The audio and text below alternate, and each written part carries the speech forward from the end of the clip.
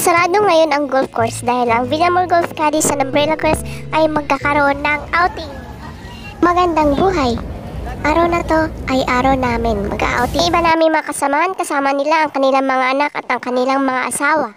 Siyempre, bawat boss may mga nakatalagang leader at kailangan nila i-check kung may mga baon, i-check kung may mga, kung kumpleto ang mga kasama sa boss, kasi kung sino yung katabi mo, siya rin yung katabi mo sa pag-uwi. Akalain nyo kami yung naunang lumbas, kami yung pinakahuling dumating. Pagpasok po sa entrance, meron po dong checkpoint. Magbabayad po ng 50 pesos ang per adult for environmental purposes. Pagpasok mo rin ng iskinita, papunta ng dagat, marami ka rin makikitang mabibili. Meron din titinda na isda dyan, kaya bumili na rin kami. Napakaganda ng umaga. Tanggal talaga ang stress mo sa buhay. Lalo na sa player mong pasaway. Kung wala naman kayong baon, maaari kayong bumili doon sa may palengke bago pumasok. Tara, wag nyo nang patagalin at sumampa na tayo dahil tanghali na, mainit na! Andito nga po pala kami ngayon sa may Sea Breeze Resort, Matabungkay, Batangas. Makapunta kami dun sa aming balsa. Kailangan naming dumaan sa mga balsa din. Kung hindi ba naman kami naligaw ng 30 minutes, malamang kanina pa kami nakaligo. Ang libo po ang halaga ng isang balsa.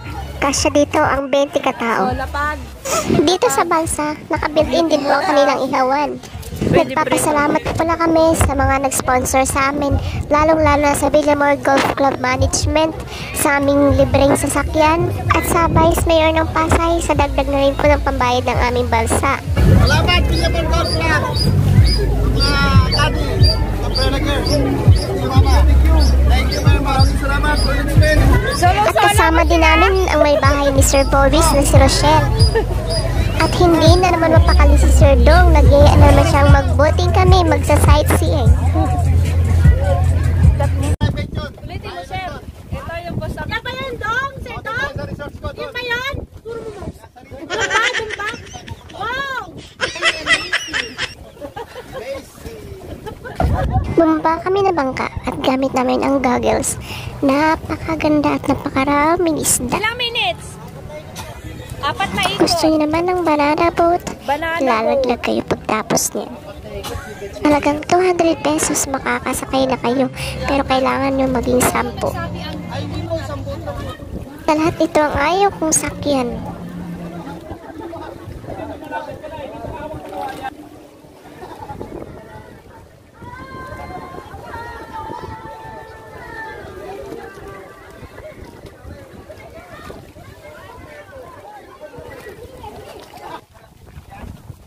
Oh, may mga bato. Ay, nakita na yung bato.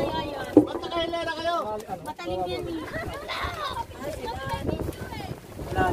Eh, hinila na tayo pumunta tayo. Sa pagkakataong ito, walang baon sila Sir Dong, pero parang sila na rin ang may mga baon.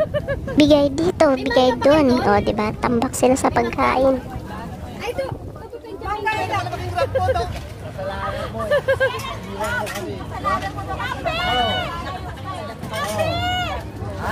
Hanap kayo kanina.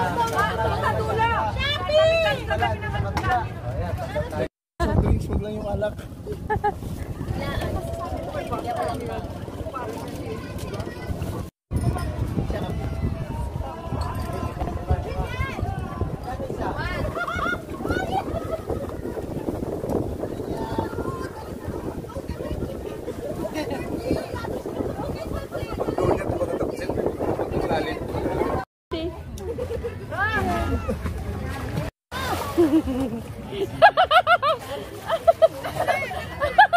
Ang panganay babae pre?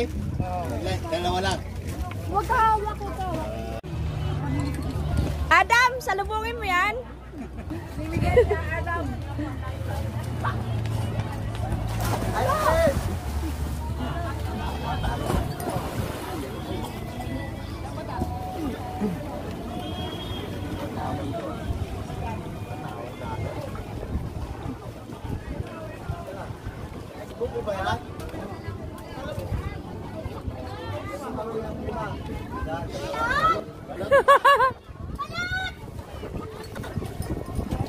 Man!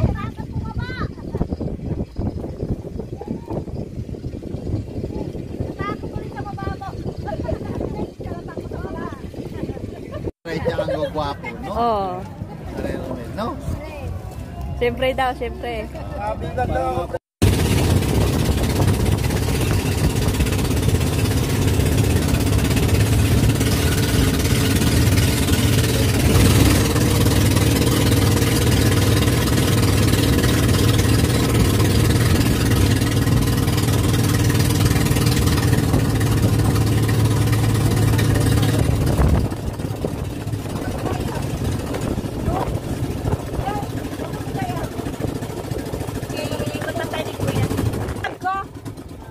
Galing talaga ni Kuya, door to door. Hindi sila mapapayan pag tulog na sila.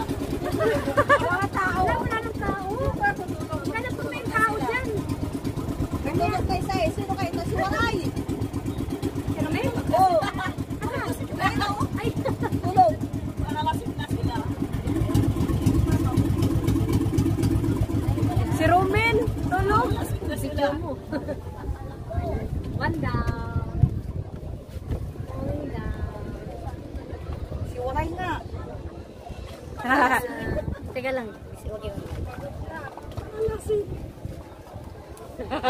Mga tao. Wanda. Bay tulog, bay tulog. Wanda. Yan, Kuya, thank you sa pag-trip. Dito, ano muna ako dyan. Wanda.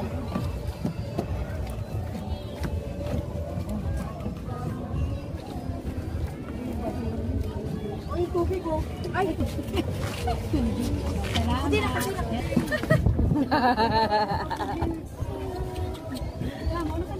Nandito yung mga bakasyonista. Ay, dyan ako sa baba. Hindi mo sinabi! Di kita nakuhanan!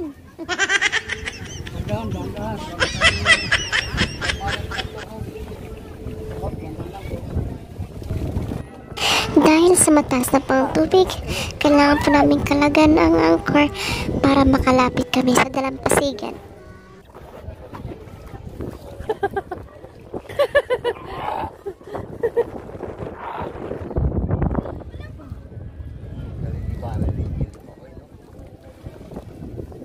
Ako daw marunong. Yun.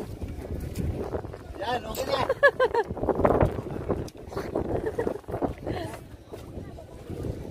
Taas. Taas.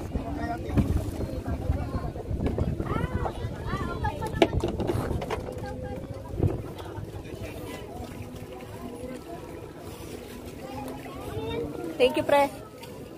Yan, yan. Dahil sa pataas na pasa po ang tubig dagat, kailangan po nilang tanggalin yung angkla para umurong yung balsa paharap. Dahil kami po ay uuwi na.